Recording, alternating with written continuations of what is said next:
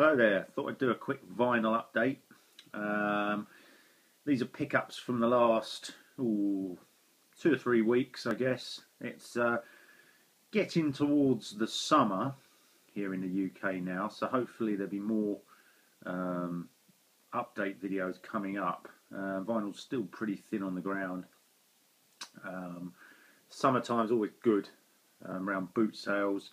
I go to boot sales regularly and buy a ton of records. So probably over the next, about a month's time, when the weather's warmer, we'll start to find quite a number of boot sale records, and I usually pick up 15 or 20 in a weekend on a good week. And then once we get into sort of July and August, when the real hot weather's around, be picking up a whole bundle hopefully from some boot sales. But this is this selection anyway. In the picture is Then Jericho, 80s band. That was from a boot sale. I've been to one so far, and it was a pretty non-event. Just the one stall had some records, and they're all £1. That was another one from there. It's George Michael, Faith. I'm going to go through these quite quickly because they're not really that interesting. Black Explosion, good compilation soul album. That was from my local record shop actually. That was in a £1 bin. Ronco Records, people like Jimmy Ruffin, Aretha Franklin, etc. Here was a good find from the boot sale. Rick Wakeman, was it King Arthur and the Knights of the Round Table?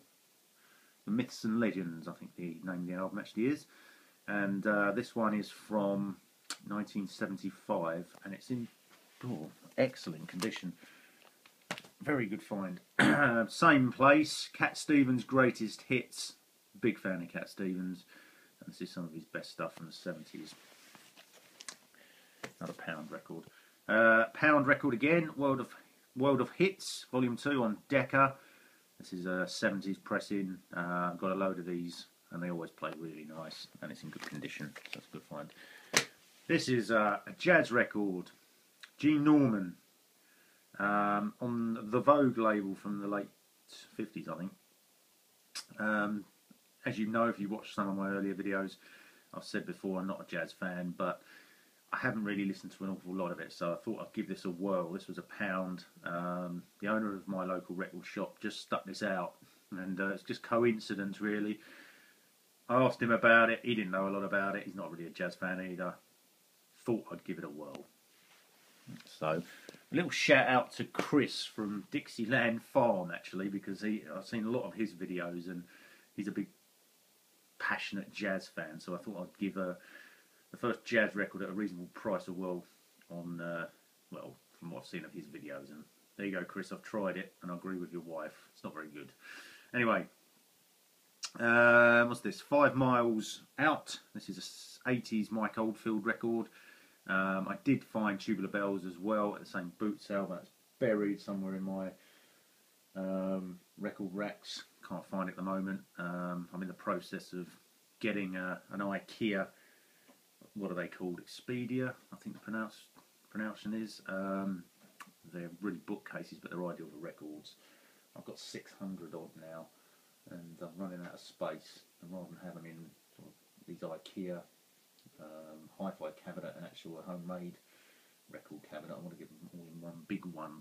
So I think the one I'm looking at holds about probably 800, so that'll give me plenty of space. But that'll probably be full by the end of the summer anyway. So that's Mike Oldfield. What have we got here? Oh, these are eBay. These are Jethro Tull. This was a job lot. 6 of them. 20. What was it? 20 odd quid. I can't remember the exact price. I think it was 25 quid delivered or something like that. This is an 80s. Is it 80s? 70s? Late 70s, I think. Heavy Horses. 78, I think I'm alright. He's saying. And these are in lovely condition. Excellent condition. Excuse the arm. What's this one? Repeat, the Best of Jethro Tull, Volume 2, textured sleeve, white, notoriously bad for dirt. This one is in about as good as you're going to get for a 30-year-old record. Lovely nick. This is Minstrel in the Gallery. This is a 75 pressing. It's all UK, I think. And this one's in nice nick as well. These worked out about 3.5 quid each, actually taking delivery. Which for 6 Jethro Tull 70s, early 80s stuff ain't bad, and they're all in excellent condition. So I didn't have much Jethro Tull, so I thought I'd have a little listen, and I like them a lot. This is the 80s one, the Broadsword and the Beast. Love the artwork on this cover, really, really good. It's on chrysalis there. Next up, Jethro Tull A Passion Play. This is one of his early 70s. I think this is 73. A Passion Play, one of his more sought after albums. Although this doesn't have the book with it, and there is a mark on the vinyl, which just does cause a click. But other than that, it plays very nice. And like I say, £3.50. You can't really argue too much, can you? You're not going to get millers for that price. What's this one? This is another best of Jethro Tull. The other one was Volume 2. I think this doesn't say Volume 1, but I presume this is the original. Again, the white cover, and it's in good nick. So that completes the Jethro Tull binge. This is a charity shop record, Into the Purple Valley by Raikuda. Got this from Oxfam. Anyone in the UK who collects records and lives in a moderately big town will probably have an Oxfam. I have several not far from me, and they are usually overpriced, it has to be said, but this one wasn't too bad. This is a copy of his early 70s album, and it's on reprise. I think it's German, but it's a nice nick, and I think it was a £5. If memory serves me right. Well, yeah, it was a £5, I think, which from Oxfam ain't bad. They're usually sort of 7 or 8 quid, and it's in nice nick, so it's a good album.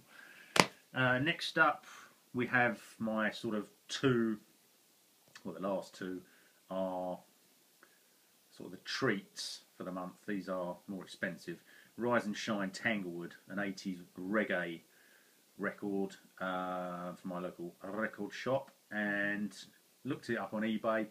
Couldn't find an awful lot about it. There's a couple on PopPsych between the two at £20 and £30 mark. I paid 15, so it wasn't bad, and I love it. Very, very, very good reggae record. Not as wild type reggae, proper, authentic reggae. And the last one, and the fingerprints you can see on the picture there are actually on the cover, the plastic outer cover, not the record.